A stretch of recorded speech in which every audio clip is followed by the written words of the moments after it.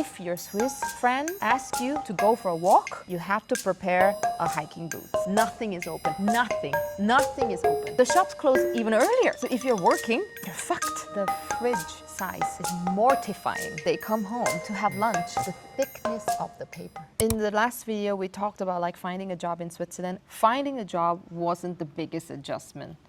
Living like a Swiss people was. 오, 그래, 진짜? I'm like a moderator in Korean TV. 그래, 진짜? 진짜? 미친 거 아니야? Well, we cannot not talk about food. Food in Switzerland is amazing. We have cheese and we have Herdöpfel. Cheese, potato, and bread. And these three ingredients we mix with different other ingredients, and it's just mix and match. Like this way or this way and this way, it's always different, it's always the same. I'm from South Korea. We are very, very open, trying new things, new dining experience. But here, the people are very royal to what they know. There is like a certain expectation that the people have towards the food. There was like a bubble tea place in St. Gallen, and then I have a talk with the owner of this place. He told me it is really, really hard to break that shell of Swiss people to get into this new concept of the beverage. For them, cold beverages first, and then also having this boba inside, it doesn't work. For Sebrino's family as well, and then for like many other Swiss family, when they go on a holiday or like when they're going for a restaurant, they go to a restaurant that they know, and then they eat the food that they know. It's really rare that they go into like a restaurant they don't know and then order a completely new food, right? And then in a restaurant, it is normal for you to have it from starter to main to dessert in one place.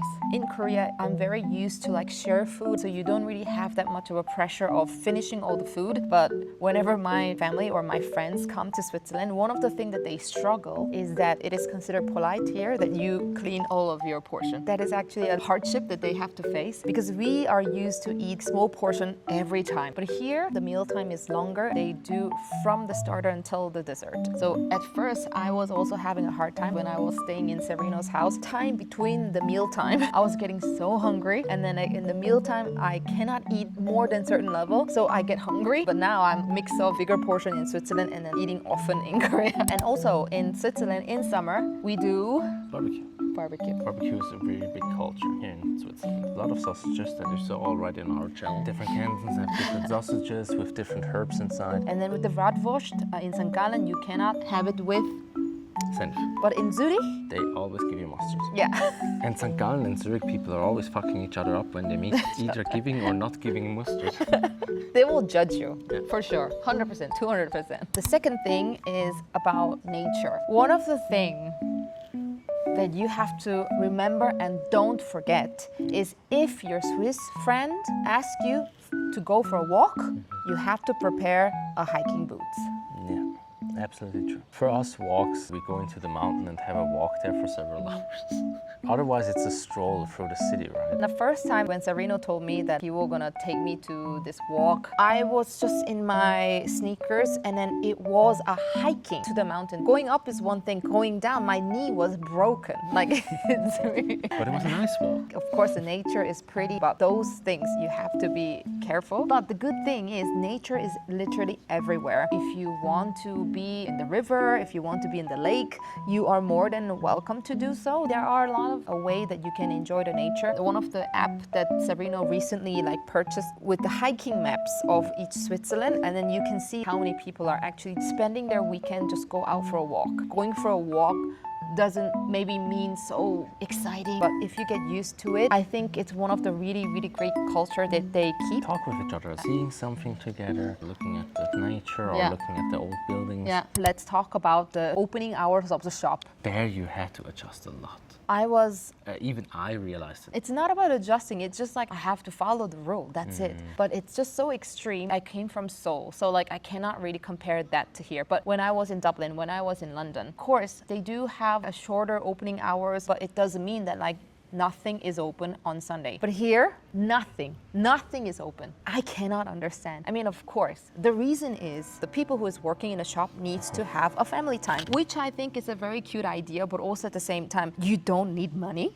I don't know. But also at the same time, before national holidays, for example, in Korea, before Seollal or before Chuseok, the shops are open even longer because they know that people have to prepare. Here, if you have like a bank holiday, the day before, the shops close even earlier, like at 3, at 4. So if you're working, you're fucked. There's no time for you to go out for shopping. 맞아요. And then the fact that like you have to plan the day to do the grocery shopping, for me that was the hardest thing. Go on a grocery shopping is one thing. In order for you to go to the grocery shopping, you have to plan a meal, you have to plan the ingredients, and you have to check what kind of ingredients that we already have, and that's a lot of work. Even though we go on a shop on Thursday where they open a bit longer until like 8, I kind of like realized how much I can be minimalist because I'm used to ordering stuff like internet here, even in Amazon. As soon as I input my address in Switzerland, they say, no, we don't ship it there. And the fridge size is mortifying. The system of the house is built as if you have to buy the fresh stuff every day, but you don't give us to buy some fresh stuff every day. It doesn't make sense. Switzerland is still in the culture of the woman is not working and staying at home and the man is working. That means the woman has the whole day time to do the grocery shopping. And this is my next point. I want to talk about how traditional family culture Switzerland has. Way more than I thought it would be. What do you mean by that? As an Asian, when I think about Switzerland is still like in European continent. So like we often think about like Northern European in terms of equality, but Switzerland is not Europe.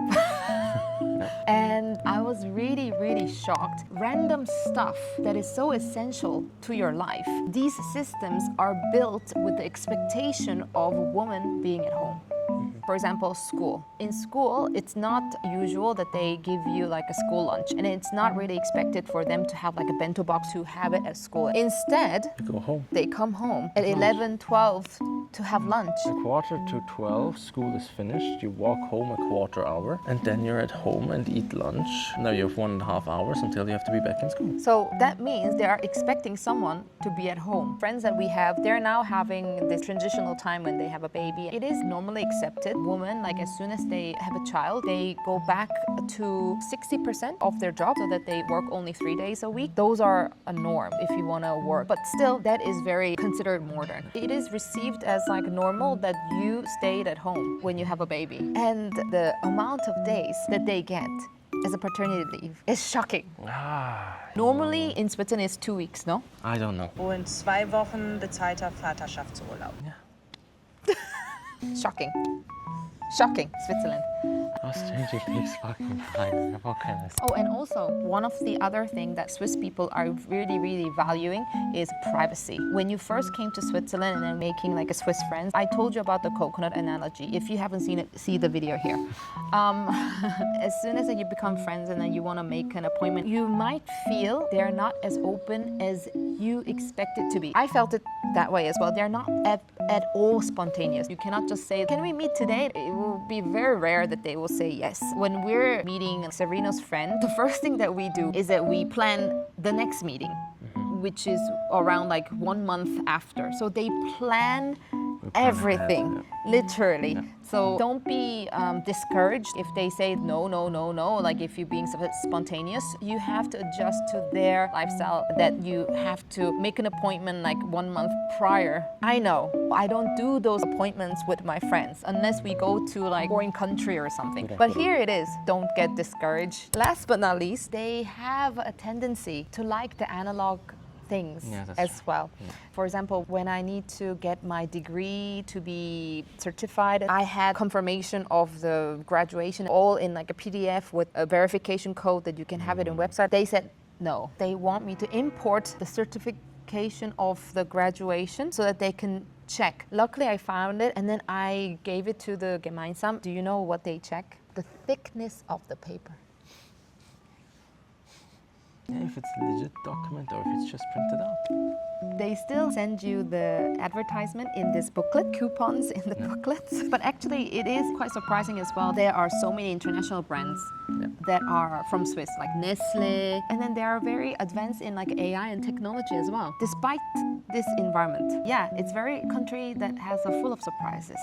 I hope this will help you, like when you're thinking of moving your life to Switzerland. Just that you know what you're expecting. Yeah. It's different than the rest of the world. It's more personal, small. If you adjust to the life here, you can have a really good life. Yeah, that's true. The quality of the life and ceremony and everything are quite well established here.